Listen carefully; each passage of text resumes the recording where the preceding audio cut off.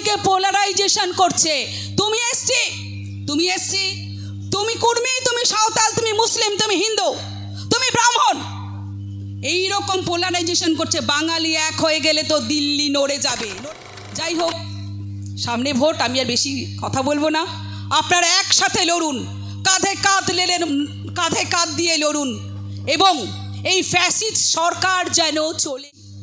হঠাৎ করে শুনলাম বাংলা ভাষা আন্দোলন হবে। ভাষা আন্দোলন সে তো অনেক আগে হয়েছিল। ইংরেজরা চেষ্টা করেছিল বাঙালি নিধনযোগ্য। স্বাধীনতা যারা ভোগ করছে দিল্লিতে, যারা স্বাধীনতা ভোগ করতে করতে শোষণ করছে কাদের? এই আমার আপনার মতো গরিব মানুষদের। আর জাতের ভয় দেখাচ্ছে, ধর্ম নিয়ে ব্যবসা করছে, তারা কিন্তু স্বাধীনতা আনেনি। স্বাধীনতা এনেছে আমার আপনার মতো বাঙালি। তাদের কোনো ধর্ম ছিল না, তারা হাতে হাত রেখে তারা স্বাধীনতা এনেছিল। আজ তারা এনআরসি দেখাচ্ছে, তারা এনআরসি আনতে চাইছে। কিভাবে? আরে শোষণ করতে হবে তো, বাঙালি নিধনযোগ্য আবার করতে হবে। বাঙালি জাগলে তো ভারত জাগবে। মহামতি গোখলে একটা কথা বলেছিল না, Bengal think today, India think tomorrow. তা বেঙ্গল যদি আবার ভাবতে শুরু করে, বাংলা যদি ভাবতে শুরু করে, মুশকিল। তাহলে আরএসএস মানস কন্যা, সত্যি আমার নামটা বলতে ঘৃণা লাগে। আচ্ছা বলুন তো, এই যে বাংলা আন্দোলন উনি করতে চাইছিলেন, কি ভাষা আন্দোলন, আমরা তো বাঙালির মেয়েকে ভোট দিয়েছিলাম, তাই তো তিনি এসেছিলেন, পরিবর্তন করেছিলাম। অভয়া কি বাঙালি ছিল না? ছিল। তাহলে আবার বেগম রোকেয়াও বাঙালি ছিল, যিনি বাঙালি মেয়েদের প্রথম স্কুল করেছিল। আজকে ধর্মের রাজনীতি টানছে, আজকে ধর্মের রাজনীতি টেনে কি বলছে? বাঙালিকে পোলারাইজেশন করছে।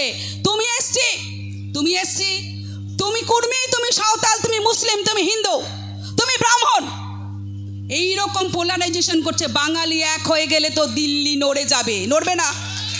নড়বে তো। তাই একতা বজায় রাখতে হবে। একটা জিনিস মাথায় রাখবেন, গরিব মানুষের কিন্তু ধর্ম হয় না। আচ্ছা পরিযায়ী শ্রমিক কারা? আমার খুব জানতে ইচ্ছে করে কারা। তাহলে আর পশ্চিমবঙ্গে কাজ নেই, তাই তো তারা পরিযায়ী। পশ্চিমবঙ্গে কাজ থাকলে তো পরিযায়ী হতো না। পরিযায়ীদের আনছে কি করে? ভাতা দিয়ে। তিনি তো ভাতাশ্রী, তিনি একটা করে ভাতা দেন। যে ছেলেটা আজকে 20,000 টাকা মাইনা পাচ্ছে ব্যাঙ্গালোরে, তাকে এনে বলছে তোকে 5,000 টাকা দেবো। এই যে মানুষকে বলছে 1,000 টাকা করে দেবো। রসুনের দাম কত ছিল 3 মাস আগে? রসুনের দাম ছিল 500 টাকা। কেউ প্রতিবাদ করেনি।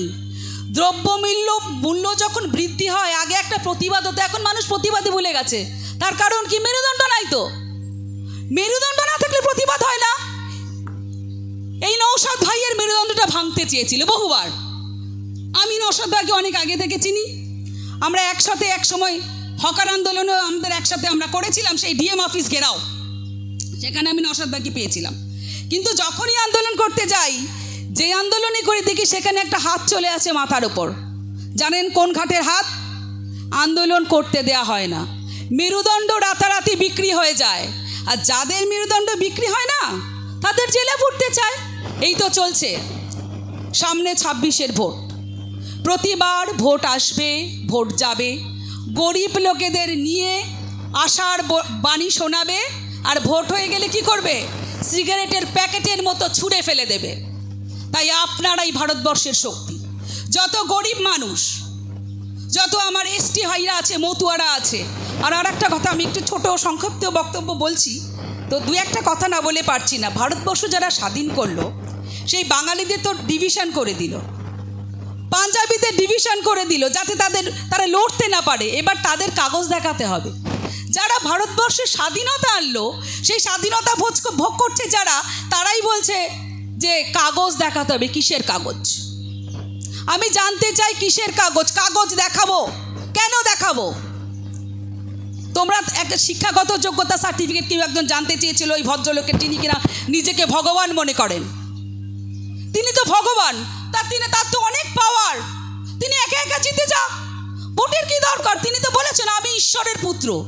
তো ঈশ্বরের পুত্র তো ভোট লাগে না? ভোট লাগে, একা একা ভোটে জিতে যায়। তাই বারবার কেন বাংলায় আসছে আর বাংলা ভাষা বলার চেষ্টা করছে? অমিত মালব্য বলেছে বাংলা বিদেশি ভাষা।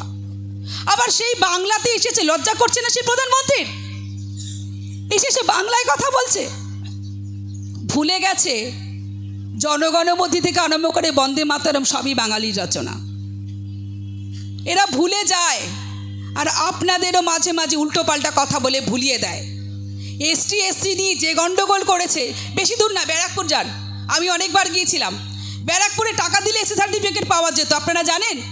বহিরাগতরা, যারা বলছে বহিরাগত, বহিরাগত কারা? ওই তো ঢুকাচ্ছে বহিরাগত, নেপাল থেকে ঢুকছে বহিরাগত, নেপাল থেকে শিলিগুড়ি থেকে হয়ে থেকে যাচ্ছে এখানে।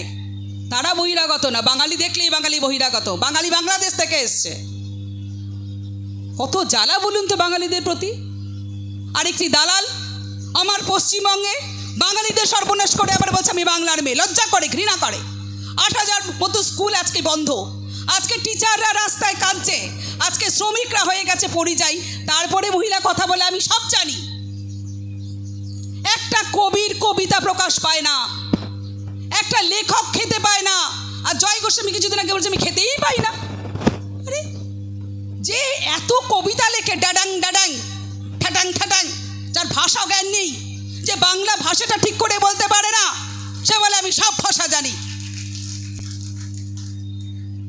যাই হোক, সামনে ভোট, আমি আর বেশি কথা বলবো না। আপনারা একসাথে লড়ুন, কাঁধে কাঁধ দিয়ে লড়ুন, এবং এই ফ্যাসিস্ট সরকার যেন চলে যায়। আর যাদের মেরুদণ্ড আছে তাদেরই যেন আমরা দেখতে পাই সেই সিংহাসনে। এই